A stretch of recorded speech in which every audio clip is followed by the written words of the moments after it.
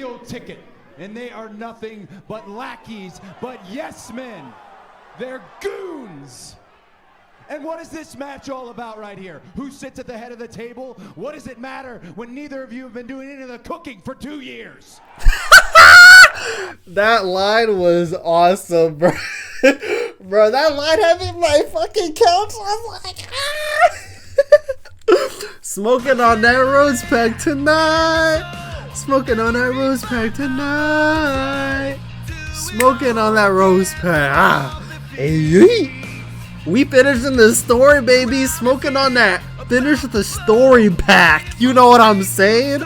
We finishing that story in April. I was about to say the N-word, but I refrain. PG. Yo, man, I hate to say I've been worked, but you know, I kind of got worked, but I kind of didn't, man. I don't want to fully accept it, but you know, this is like literally when you watch a TV show, like you want to suspend your disbelief to be as invested as possible. I'm not going to say I was suspending my disbelief because, you know, a lot of those reports, The Rock's trying to save fucking Mania, like, you know, it's in like his contract to have this match. All that's fucking believable, you know, but like, I just always had faith in Triple H, even though it's like, Rock's on like the board of directors, you know, he could easily get out, like, you know, he could easily get outvoted, but it's like, this is a different WWE without Vince, you know, like, if Vince was in charge, I would 100% believe this, like, fuck the fans, you know, like, we're doing it our way, but I've always known when Triple H had the chance, when he didn't have Vince looking over his shoulder, it's like, just give him a little faith. Everything's not gonna hit, but for the most part, all the important stuff hits. Maybe some of the mid-card stuff, you might be like, whatever, you know, things aren't always going your way. That's whatever. Like that's literally not a big deal at all. Like, but all the important decisions, like everything that involves like fans 100% investment, I feel like I just have to give him the benefit of the doubt every time. And even with all these reports, and like I made like that other video, like, man, if The Rock's in the movie, I'm not gonna watch. That's fucking true. That literally would have happened. But like, I just didn't want to believe it was like Triple H folding over. And like, also the reports of like, they're doing this as like a way to get like some of the talk away from Vince. That's believable too. But I also think that all of them are smart people, you know? All of them, like, this is a different WWE where, like, different WWE, holy fuck, where, like, they actually, like, obviously they're not going to listen to everything that's fine and say, oh, we want this, we want that, but, like, they know what's good and they know what's bad. A Rock Roman main event, you could say, would have been one of the biggest matches of all time. That shit would have been booed, bro. It wouldn't have felt like a big match that people cheer because of like how they got there with Rhodes winning. And I'm not gonna like play this, but bro, hold on. I'm smoking on that Rhodes pack tonight. Smoking on that Rhodes pack tonight. Rock fans, you mad? No, I'm kidding. You might still get your match, but Cody has his, and this part of the conference, bro. This shit was... Okay, I'll get into this press conference in a sec. Bro, this press conference was awesome, bro. I have to say, bro, this press conference, you know, the first... Like, I'm gonna look at this. The first 40 minutes was just there, you know. I would say, like, the Becky Rhea thing was, like, fucking cool, too.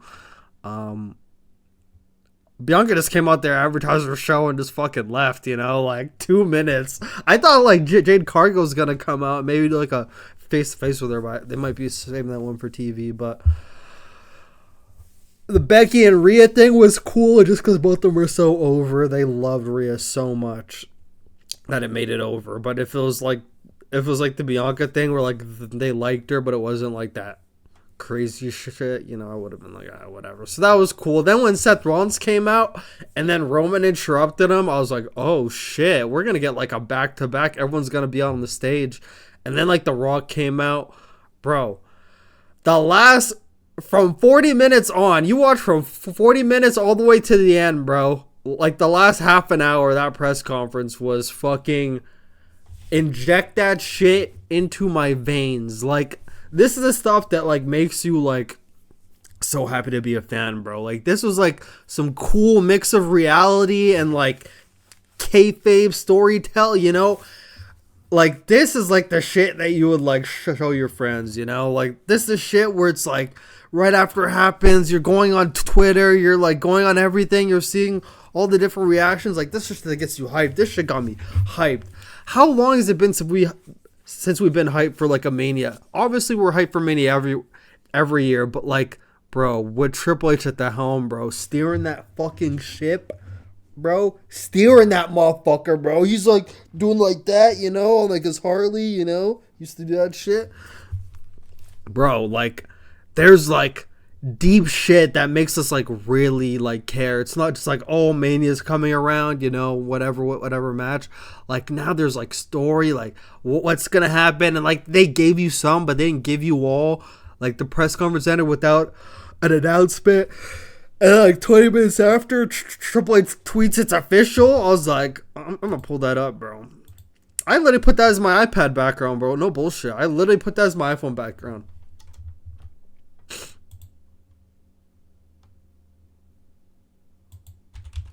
And like, so the thing about the press conference also is like the whole time, like, they're just talking. Oh wait, I gotta. It's so funny. Like, the whole time, like, they're just talking, and like Seth Rollins is in the back just doing reactions. Like, The Rock's talking, bring up the bloodline, fucking family tree, people booing, give him like the wet chants. But then I thought it got ruined because they're booing him. But then when he does his catchphrase, everyone fucking does it along. I'm like, you fucking fickle fans, man. Like, I'm like, stop, guys. Like, you're either booming or not, bro. He's still doing his catchphrase too. So annoying. Man, these fans are something else. But I was like, dude, like, Seth Rollins there in the background the whole time. Like, I'm sure they're not gonna like just treat him like this. Or I mean, not treat him like this, but he's literally just a background character. Roman's like, Cody, go over there through a little number 2 over there. Seth Rollins just in the back making faces and shit, which I thought he actually did a great job as. And then at the end, when fucking Rock slaps Cody, and then you see Seth get involved. Seth's still saying, I don't care if you're on the board. You don't get to do whatever the fuck you want. Like, and then he looks at Roman like, yeah, bro, I handle you every day of the week, buddy. Like, I'm like, okay. Like, and the way the camera showed, like, right when, like, that slap happened and everyone started fighting, like, the way the camera was immediately, it was basically telling you, like, tag team match incoming. But, like, I don't know how they're going to do this, like, tag team match on night 1. And then Rollins and Rhodes both like defend on night 2, which would actually be fucking crazy. I think that'd be great, and maybe like they save Rock and Roman for next year. I'm not even sure if like Rock would even wait another year. Like, who knows? Like, him, it was just him being on the card, you know. Didn't have to like face Roman 1-on-1, and like with the way the story is. It's like, fucking Cody's such a big part of the story. It's like the bloodline story does not feel the same as it actually fucking would have felt if they did it like last year or the year before, you know? Like, it would have meant more because like Roman was like a straight dictator, treating all of his brothers and fucking cousins like shit. And like if Rock intervened then it would have been like, oh fuck. But like now this like the Cody, this literally the Cody era, like the Cody story, and the Rock come in and say, oh yeah, let's do this blood story now. It's like, it just doesn't like hit, you know? It doesn't hit. Right now, the Cody story's hitting. And like, I'm still obsessed with how Royal Rumble went off air. Like, at first I kind of thought it was awkward, but like, going back on it, I could literally watch it over and over again when Cody Rhodes is like celebrating and Michael Cole's like, hey Roman, what inning are we in anyway? And it has like that nice camera angle of Cody, and it just cuts off. It goes right to like the fucking video package of like the Rumble highlights. Bro, I thought that shit was a great, like, I think about it in my head all the time. Like, I want to go watch it now. I have to go watch it again. Just that last like 20 fucking seconds. Like, Right now it's in the Cody era. That's the reason why this bloodline story isn't hitting. Like, The Rock, like, put all that stuff on the screen. But, like, now he's looking like a heel. He can't have two heels against each other. So I think they completely fucking pivoted. But, like, I wanted to see that Rock Reigns match, like, the past 3 years. Because it would have hit then. Like, now it's not hitting. Because now he just has Solo and he has Jimmy. It would have hit back when he was being a dick to Jay. But, like, they're still fucking following him around. And then The Rock comes in and goes, like, head of the table, treating your family like this, all that stuff. Like, then it would have been like, okay, shit's happening, and it would have hit now. But, like, this story's good too, bro. Like, The Rock and Roman doing this thing, maybe they have a dissension in night 1, and then The Rock helps fucking Cody in night 2. They can have this match next year. Like, they literally have it for next year. Now everyone's going to care, because now Cody Rhodes finished the story. They could be happy. I'll be happy. And then Cody Rhodes could have the run of his life with that fucking world title over the next year, bro. Fucking Bash of Berlin, Backlash, you know, taking that title everywhere, doing the fucking damn thing, bro. Running live event house shows, has a lot of good heels to go up against. Like, bro, shit's gonna hit like crack. I can even see fucking LA Knight fucking turning heel, and like him and Cody having a program too. Like, that would hit too. Dude, just so much, bro. Like, this press conference was so good, bro. Like, that last half an hour when everyone was on stage, like, Rollins came out. I'm like, okay, well, what's Rollins going to talk about? Because I know, like, Drew and, like, Damian Priest aren't there.